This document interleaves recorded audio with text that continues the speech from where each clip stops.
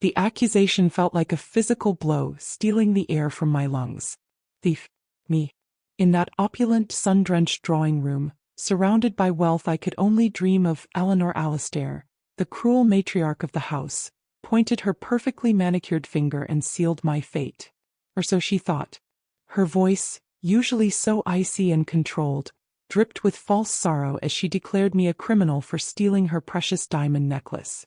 The one her dear departed mother left her, she added for extra dramatic flair.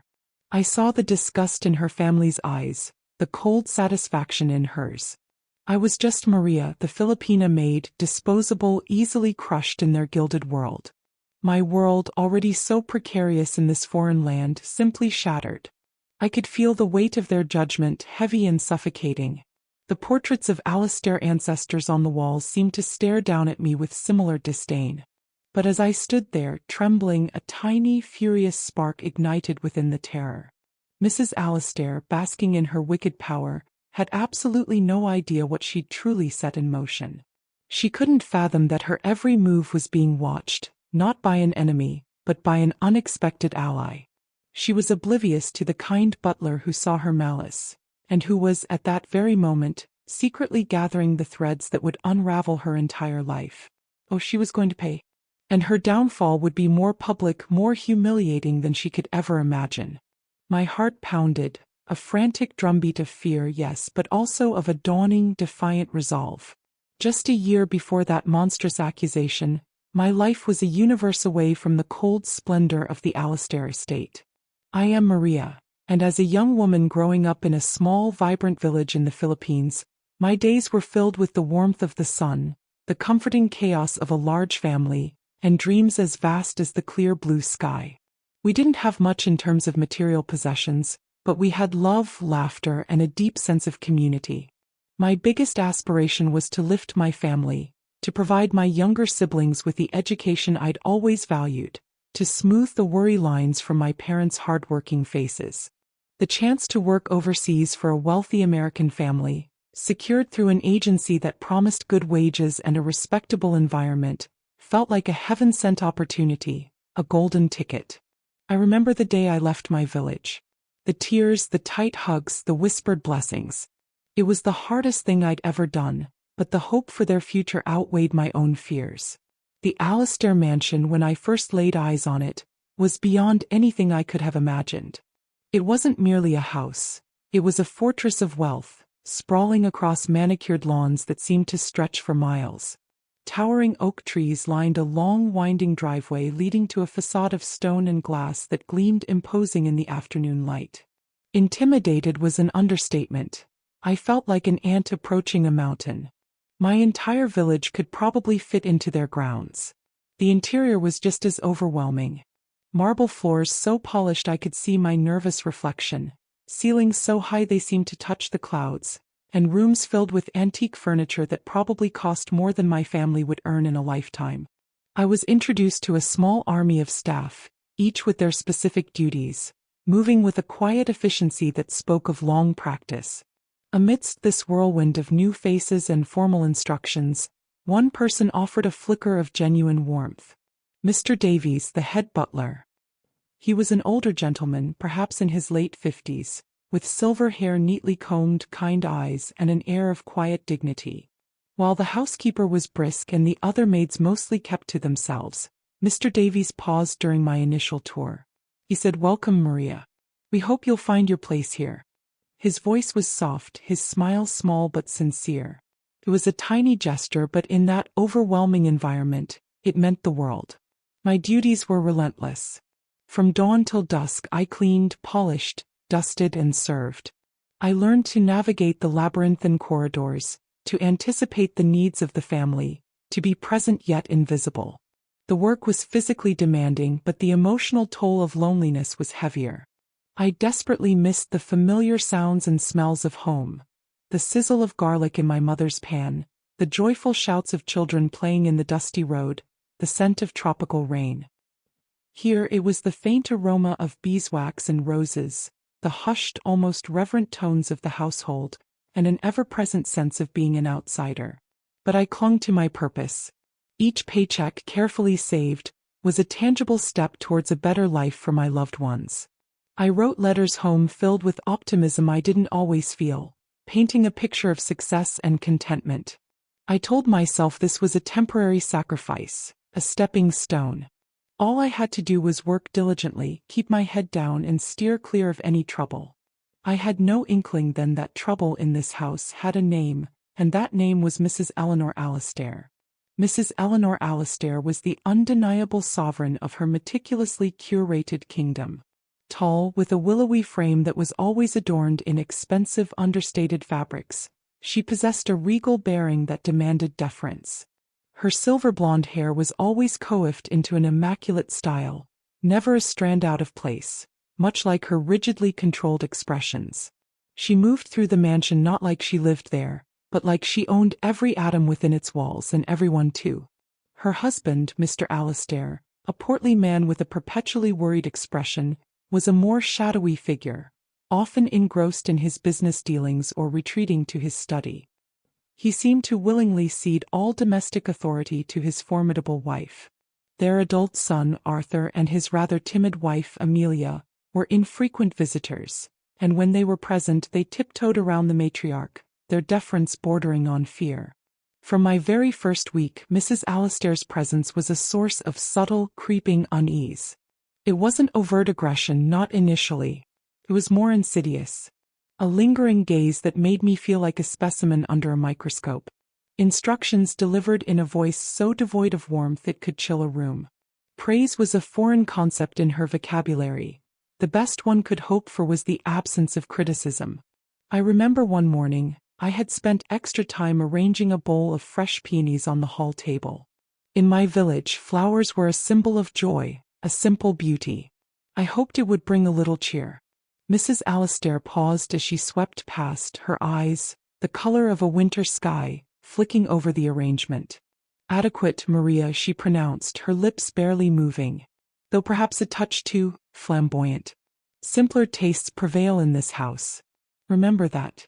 Flamboyant? They were pink peonies. My cheeks burned with a silent embarrassment. I just murmured, "Yes, Mrs. Alistair," and made a mental note to stick to sterile white lilies from then on.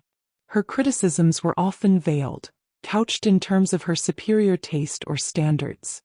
If a cushion was not plump to her exact specifications, she wouldn't scold, but would sigh, a delicate, long-suffering sound, and say to no one in particular, "It's so difficult to find staff who understand true refinement these days."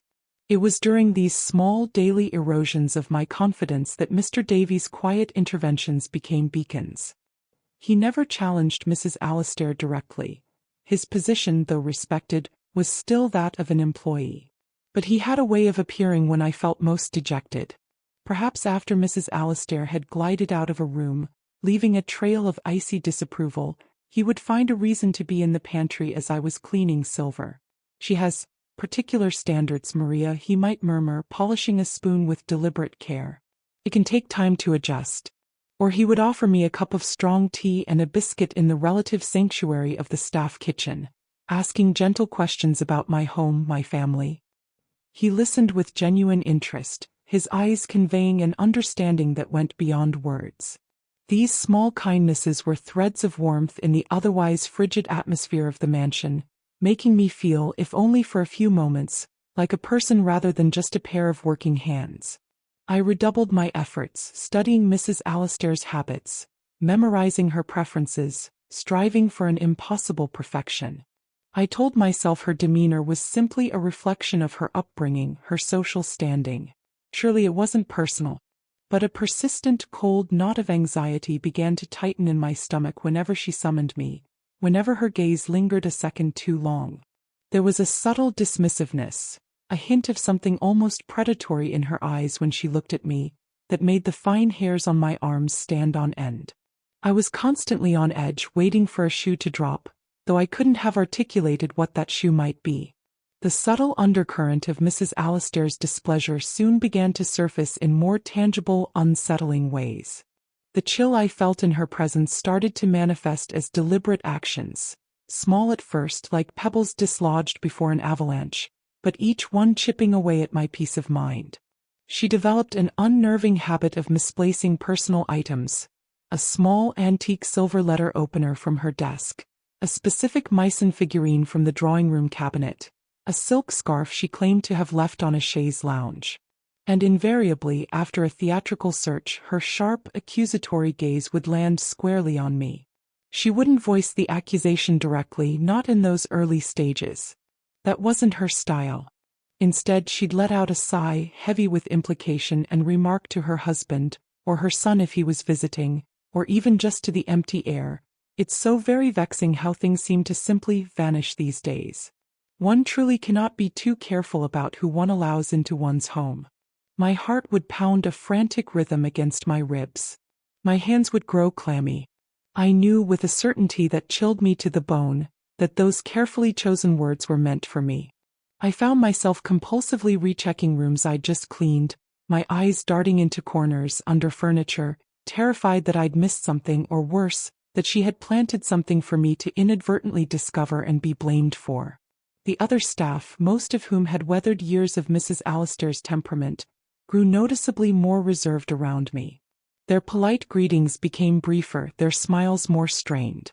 They weren't unkind, but a palpable distance formed. I understood.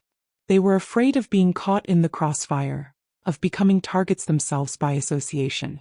The vast mansion, once just imposing, began to feel like a gilded prison, each polished surface reflecting my growing isolation.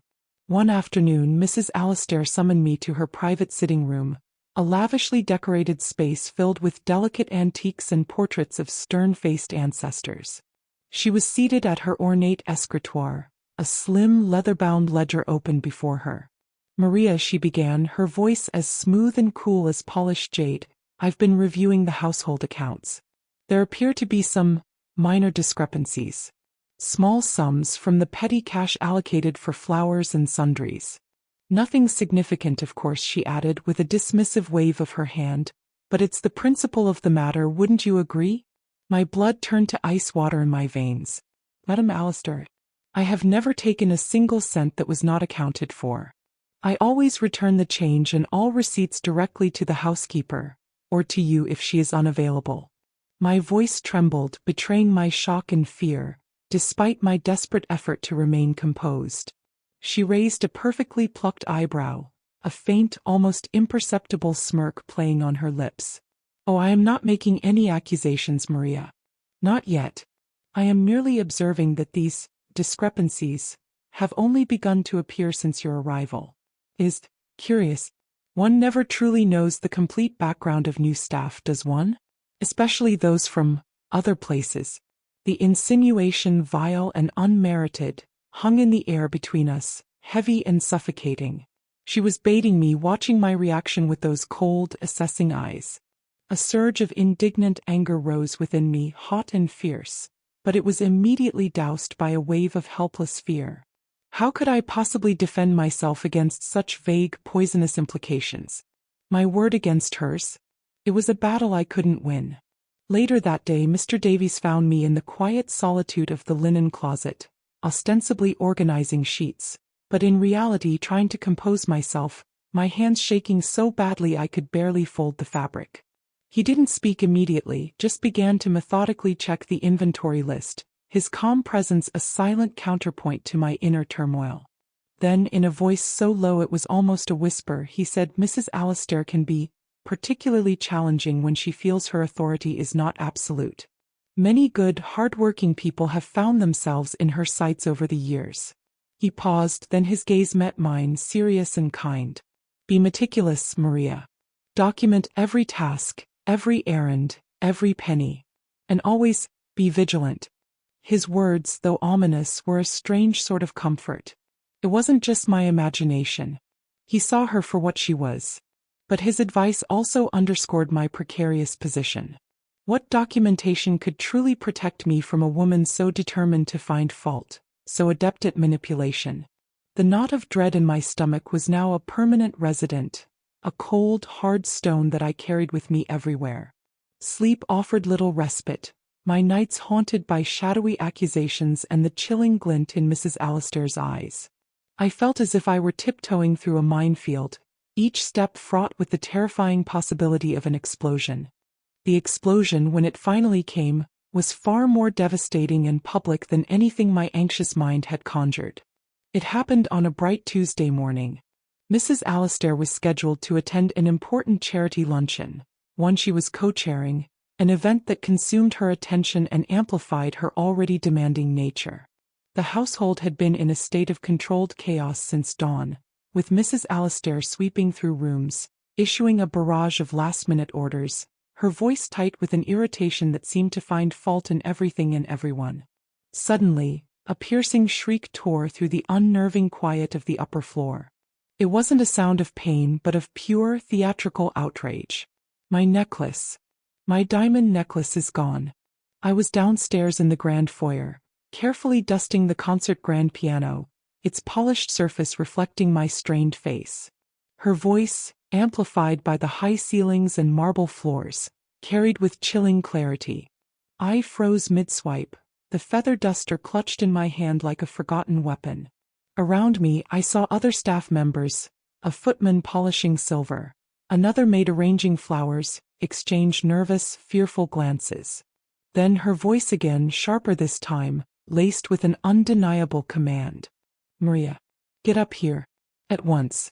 My legs felt like they were made of wet sand as I began the ascent up the sweeping, carpeted staircase. Each step was an agony. Mr. Davies was already on the landing outside her suite, his usually composed face etched with a deep gravity. As I approached, he gave me a quick, almost imperceptible shake of his head, a silent, urgent warning that sent a fresh wave of cold dread through me. I pushed open the already ajar door to her opulent bedroom suite. Mrs. Alistair was standing dramatically beside her open, velvet-lined jewelry armoire, her hand pressed to her chest as if staving off a heart attack. Her face was a carefully constructed mask of fury and distress. Her son, Arthur, who had apparently stayed over the previous night with his wife, Amelia, stood beside her, looking pale and agitated, clearly out of his depth. "It's gone," Mrs. Alistair repeated, her voice trembling with what she undoubtedly intended to be perceived as grief, though her eyes, when they fixed on me, were as hard and cold as granite. My mother's diamond tennis necklace. It was right here in its customary velvet box last night. I saw it with my own eyes before retiring.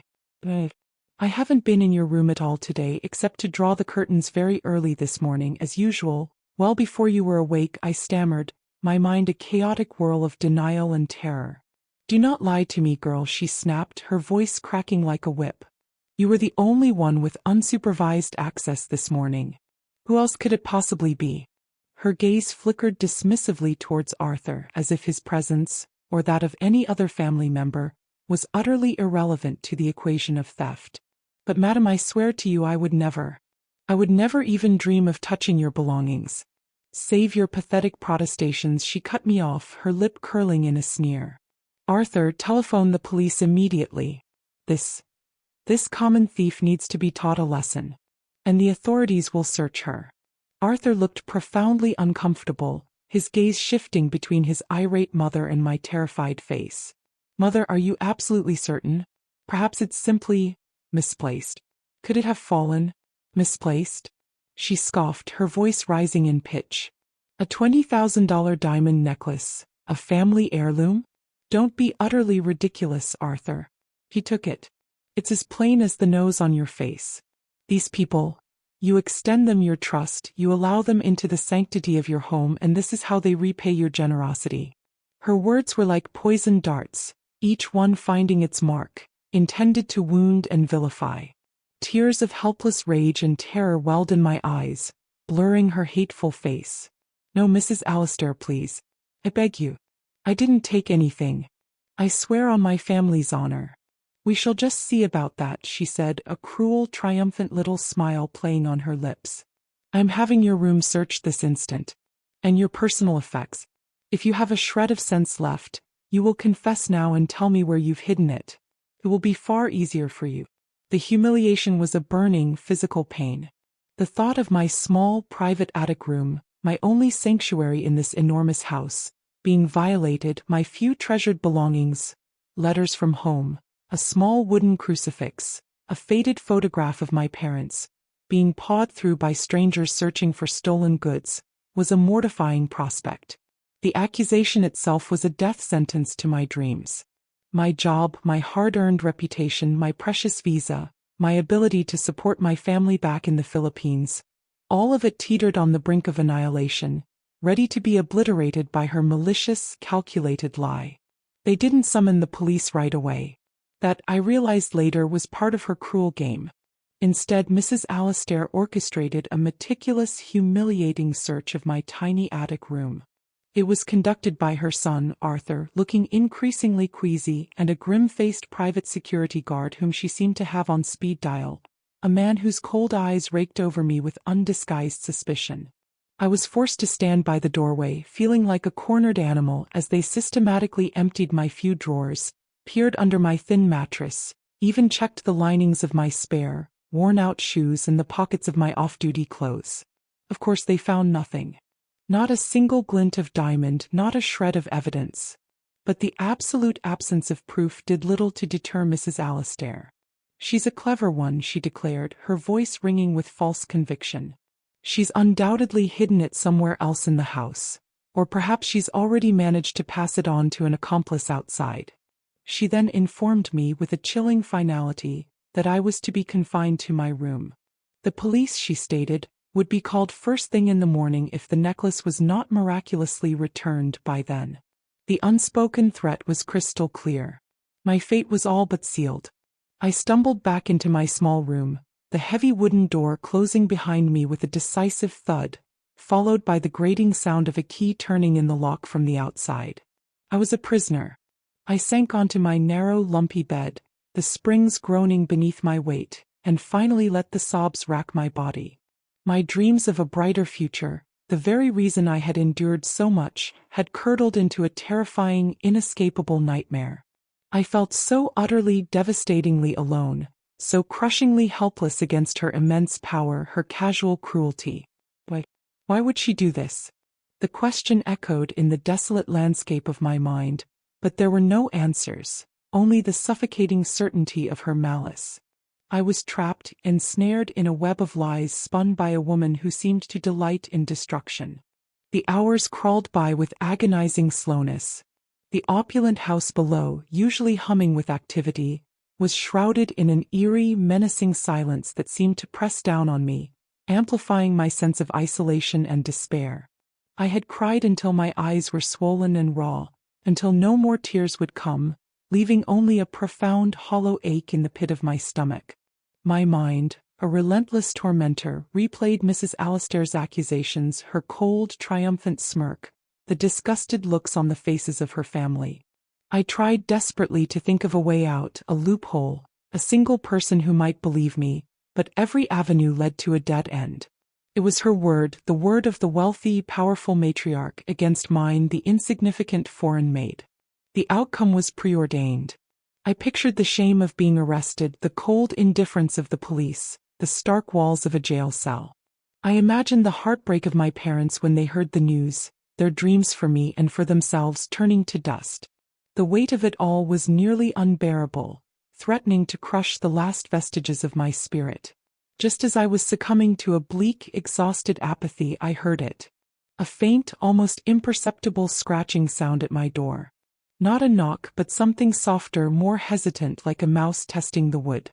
My heart leaped into my throat, a sudden jolt of adrenaline piercing through my despair. "Who is it?" I whispered, my voice raspy from crying and disuse. "Maria," a low voice responded, barely audible through the thick wood. "It's Davies." "Keep your voice down." "Mr. Davies?" "Here." What could he possibly want? I scrambled off the bed, my legs unsteady, and pressed my ear to the door. It was still firmly locked. "Mrs. Alistair has retired for the night," he murmured, his voice a mere breath against the keyhole. "Her son and his wife are in the library, but they seem preoccupied. I have the master override key for the staff quarters. Are you alone, and is it safe for me to enter for a moment?" Yes, I'm alone," I breathed back, a fragile tendril of hope unfurling within me. A moment later there was the soft, metallic click of the lock disengaging, and the door opened a silent inch. Mr. Davies slipped inside as quietly as a shadow, immediately closing and relocking the door behind him.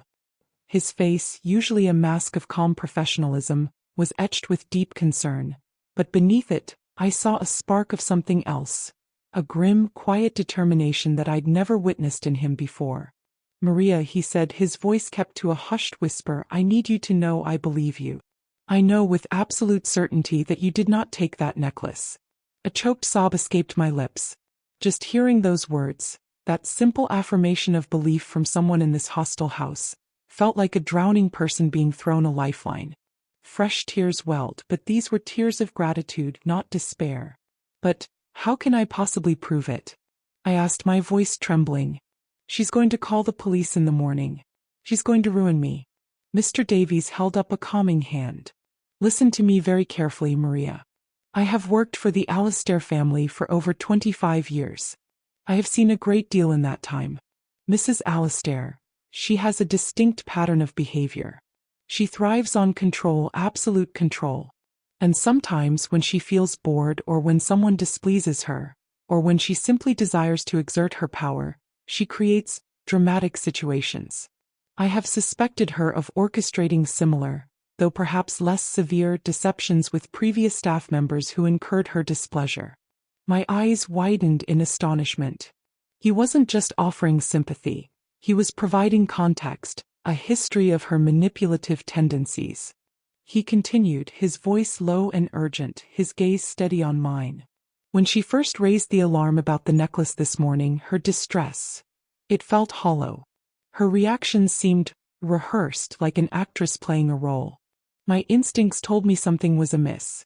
So I kept a very discreet watch on her movements throughout the day." He paused, taking a shallow breath, then delivered the information that would change everything. "Maria, a few years ago, after a series of rather unsettling minor incidents in the house, unexplained breakages, missing household items that later reappeared, I took it upon myself to install a very small, very discreet security camera. It's positioned to cover the main upstairs hallway, near the entrance to her suite. For general security and peace of mind, you understand. It records to a secure, encrypted drive hidden in my pantry. It's not something the family is aware of." My breath hitched in my throat. "Camera? A silent witness?" "After you were confined to your room this afternoon," Mr. Davies went on, his voice filled with a quiet intensity, "I made it my business to review the footage from this morning, specifically around the time Mrs. Alistair claimed the necklace vanished." His eyes met mine, and for the first time, I saw a glint of something steely, almost triumphant, in their kind depths.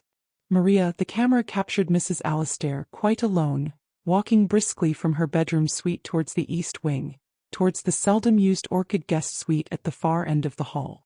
She was carrying something small and metallic in her hand, something that glinted in the light from the hallway window. A few minutes later, she returned to her own suite empty-handed. It was very shortly after that she raised the alarm and discovered the theft." I stared at him, my mind reeling, trying to process the implications. "You mean, she took it herself?" "He hid it." "I am certain of it," Mr. Davies affirmed. "And I believe I know precisely where. That particular guest suite is almost never used, rarely cleaned unless specifically requested. It would be the perfect, undisturbed location to discover the necklace later, perhaps after the police had been called, further implicating you by suggesting you'd panicked and hidden it there." Then he played his ace. "Better yet, Maria.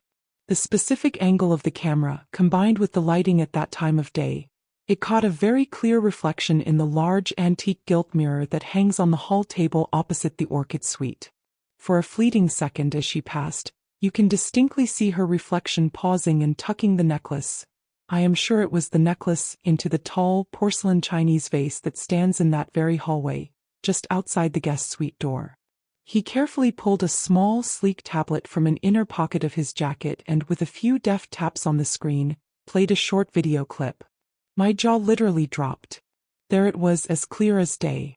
Mrs. Eleanor Alistair, her face a mask of smug self-assurance, furtively glancing up and down the empty corridor before quickly, almost contemptuously, slipping the glittering diamond necklace into the mouth of the ornate vase.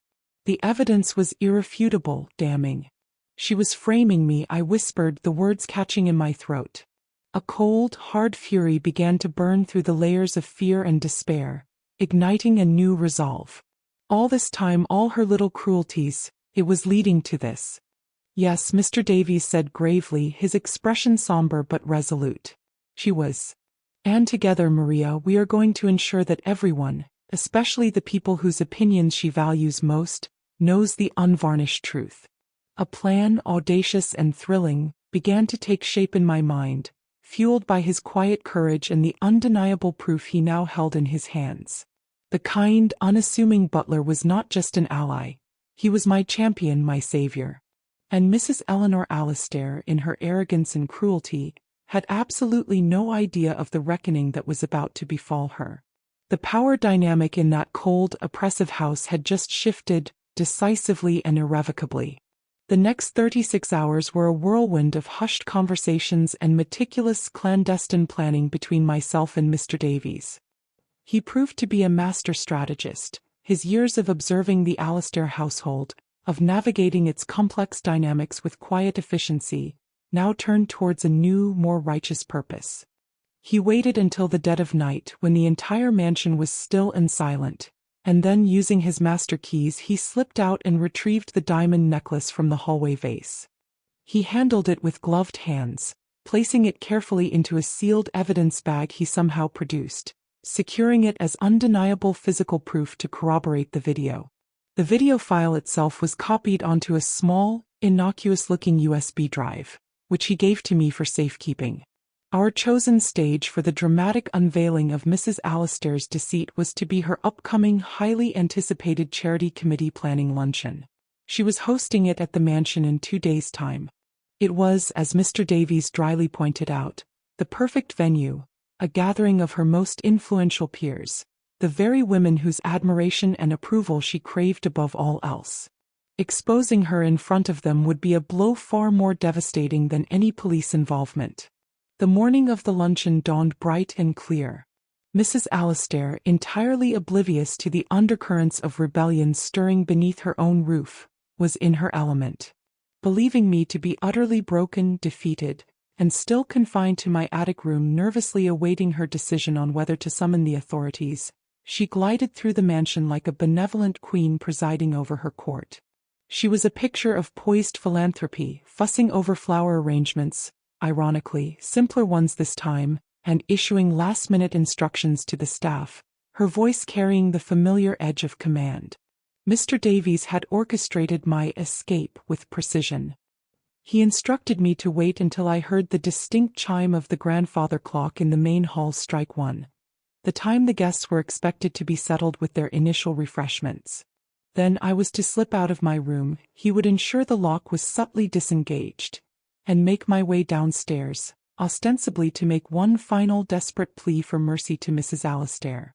He would be nearby, ready to ensure I had my moment.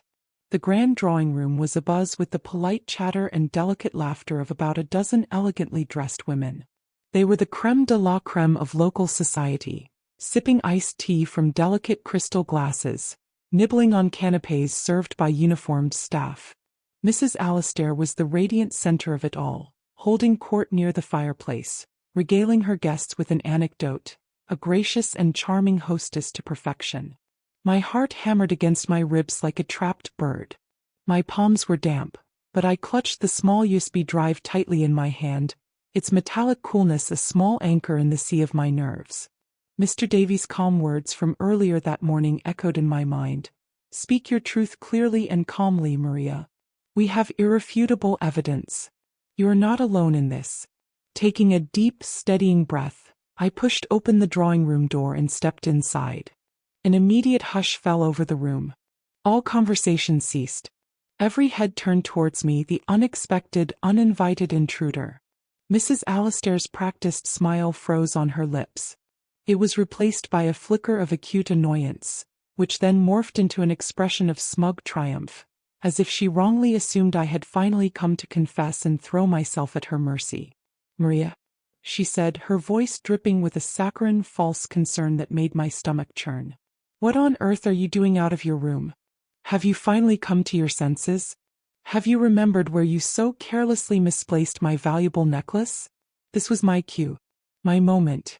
I met her icy gaze directly, no longer with the cowering fear of before, but with a newfound steely strength that surprised even myself. Mrs. Alistair, I began, my voice remarkably clear and steady, carrying easily across the suddenly silent room.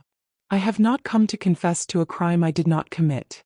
I have come to show you and your distinguished guests the unadulterated truth about your supposedly missing necklace. A confused murmur rippled through the assembled ladies. Mrs. Alistair's face tightened, her carefully applied makeup unable to hide the sudden flush of anger that rose in her cheeks. What is the meaning of this outrageous impertinence? How dare you interrupt us? The meaning, madam, a calm, authoritative voice interjected, is that the truth, however inconvenient, often has a way of revealing itself. Mr. Davies had stepped forward from his discreet position near the doorway, moving with a quiet purposefulness. He was carrying a sleek modern laptop. With your kind permission, ladies, and of course Mrs. Alistair, there is a very short piece of security footage that I believe everyone present needs to see. It pertains directly to the unfortunate misplacement of the diamond necklace in question. Mrs. Alistair's eyes darted frantically between me and Mr. Davies, a flicker of genuine panic finally dawning in their cold depths. Davies, she hissed, her voice losing its cultivated composure. This is highly irregular and completely inappropriate. This is a private household matter. I believe, madam, Mr. Davies replied, his tone polite but unyielding, that theft and, more importantly, false accusation leading to potential imprisonment are matters of significant public interest, especially when an innocent person's reputation, livelihood, and entire future are deliberately put at stake. Without waiting for her permission, he swiftly connected the laptop to the large flat-screen television that Mrs. Alistair often used for her charity presentations. Before she could formulate another protest, before she could attempt to stop him, the video began to play. The room was plunged into a deathly, stunned silence. The only sound was the faint whir of the laptop. Her guests watched, utterly transfixed, as the footage unfolded on the large screen. They saw Mrs. Eleanor Alistair, pillar of their community, paragon of virtue, slyly glancing up and down the empty upstairs corridor before furtively, almost contemptuously, stuffing her own valuable diamond necklace into the ornate hallway vase. The collective gasp that swept through the room was sharp and audible. Several women raised perfectly manicured hands to their mouths in shock. When the brief, damning clip concluded, every single pair of eyes in that room turned as one, to stare at Mrs. Alistair. Her face was a horrifying tableau of emotions. Shock, then disbelief, then rapidly dawning horror, which morphed into a desperate, cornered fury and finally settled into utter, soul-consuming humiliation. The carefully applied foundation could not conceal the mottled flush that spread across her cheeks and neck, nor the way the blood seemed to drain from her face, leaving her looking suddenly old, gaunt, and exposed. This is an outrage. Fabrication. She spluttered, her voice rising to a shrill, unattractive shriek. A despicable trick. Davies, you are dismissed. Silly. And as for you, she whirled on me, her eyes blazing with a venomous hatred that was truly terrifying to behold. You will pay for this, you ungrateful little viper. It's no trick, mother. A quiet, firm voice cut through her tirade. It was Arthur, her son. He had entered the drawing room unnoticed during the escalating commotion, his wife, Amelia, hovering pale and shaken just behind him. He had clearly been fully briefed by Mr. Davies earlier that morning. Mr. Davies showed this exact footage to Amelia and me an hour ago. And he continued, his voice filled with a sorrowful disgust that was perhaps more damning than any anger. He also retrieved the necklace, from the precise vase where this video unequivocally shows you hiding it. He stepped forward and with a heavy sigh he opened his hand. There, glittering malevolently on his palm, lay the infamous diamond necklace. The collective intake of breath from the committee members this time was even sharper, more pronounced. Mrs. Alistair stared at the necklace in her son's outstretched hand as if it were a coiled serpent poised to strike. Her carefully constructed facade, her meticulously maintained reputation, her entire world of social superiority, was visibly crumbling around her in real time. One of the most prominent ladies in the room, a formidable woman named Mrs. Harriet Harrington, who had long been a subtle social rival to Mrs. Alistair, rose slowly and deliberately from her chair. Her expression was one of glacial disdain. "Eleanor," she said, her voice devoid of any warmth or sympathy, her gaze unwavering. "I believe we have all seen quite enough. This display is beyond despicable." She turned her gaze to the other equally stunned women. "Ladies," she announced with cool finality, "I believe this luncheon, and indeed our association with our hostess, is well and truly over." One by one, in a silent, damning procession, her esteemed guests rose and began to file out of the drawing room. Their faces were a mixture of profound shock, barely concealed disgust, and in some cases, a thinly veiled, almost gleeful contempt. They didn't even attempt to hide their disdain as they swept past Mrs. Alistair, who stood frozen in the center of the room, her face ashen, her eyes wide and vacant, a statue of her own ruined ambition. The revenge was absolute. It wasn't loud or violent, but a quiet, systematic, and irrefutable exposure of her calculated cruelty and deceit, played out in front of the very audience whose adulation she had so desperately cultivated. Her reign was over. Her reputation lay in smoldering ruins. And I, Maria, the supposedly insignificant, easily dismissed Filipina maid, stood tall, my innocence unequivocally proven, my dignity fiercely reclaimed, all thanks to the quiet integrity and unexpected courage of a kind, observant butler. The immediate aftermath of the disastrous luncheon was swift and brutally decisive for Mrs. Alistair. Her carefully constructed world, built on a foundation of social standing and perceived moral superiority, imploded with spectacular finality. News of her despicable actions, initially whispered in shocked tones among her departing guests, quickly spread like wildfire through the tightly knit, gossipy echelons of her social circle. The juicy details of her theatrical deception and her public unmasking became the scandal of the season. The charity committee, of which she had been such a prominent and controlling member, quietly and formally requested her immediate resignation. Her son Arthur and his wife Amelia were profoundly appalled and deeply ashamed by her behavior. I learned later, through a very subdued and apologetic Mr. Alistair Sr., who sought me out personally to offer a profound and heartfelt apology on behalf of his entire family, that the repercussions within their private life were severe. He assured me, his face etched with genuine remorse, that his wife's conduct was utterly inexcusable and that she would be facing significant consequences, including, he hinted, professional help and a long period of social isolation. I, for one, had no desire to remain in that house, that monument to deceit and unhappiness, a moment longer than was absolutely necessary. Even with Mrs. Alistair effectively banished to her rooms in disgrace, a pariah in her own home, the atmosphere was tainted. Mr. Alistair, in a gesture of sincere contrition, offered me an extremely generous severance package, far exceeding what I was contractually owed. He also insisted on providing me with a glowing, personally written letter of recommendation, praising my integrity, diligence, and character in the highest terms. He made it abundantly clear that Mr. Davies' position within the household was not only secure but had been elevated. His quiet loyalty and unwavering integrity had, in Mr. Alistair's eyes, earned him even greater respect and trust. I chose to accept the severance and leave. With my name unequivocally cleared, my reputation restored, and my head held high, I packed my few belongings. My last act before departing the Alistair estate was to seek out Mr. Davies.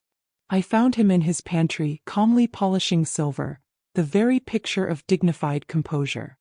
"Thank you," I said, my voice thick with an emotion that words could barely capture. "Thank you for believing in me. You saved more than just my job, you saved my future." He turned, a small, kind smile gracing his lips, his eyes warm. "You possessed the strength and integrity all along, Maria. You simply needed a little assistance to ensure it was seen by those who needed to see it. Go now and build that brighter future for your family. You've more than earned it." And that is precisely what I did.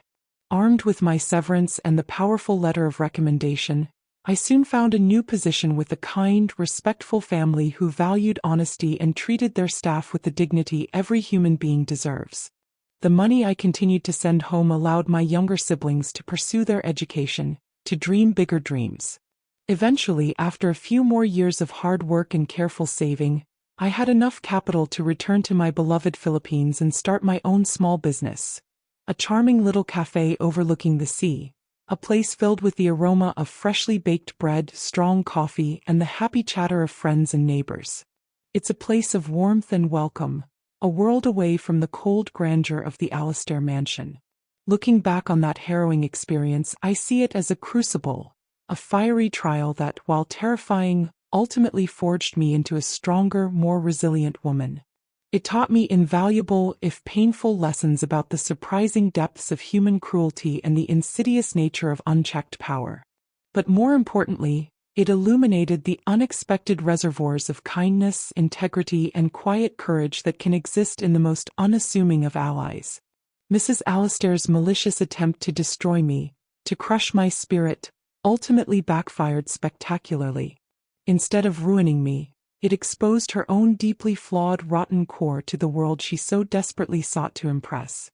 Karma, I've come to believe, has a peculiar but effective way of balancing the scales of justice. I learned that even when you feel small, voiceless, and utterly powerless, the truth, when wielded with courage, is an incredibly potent weapon.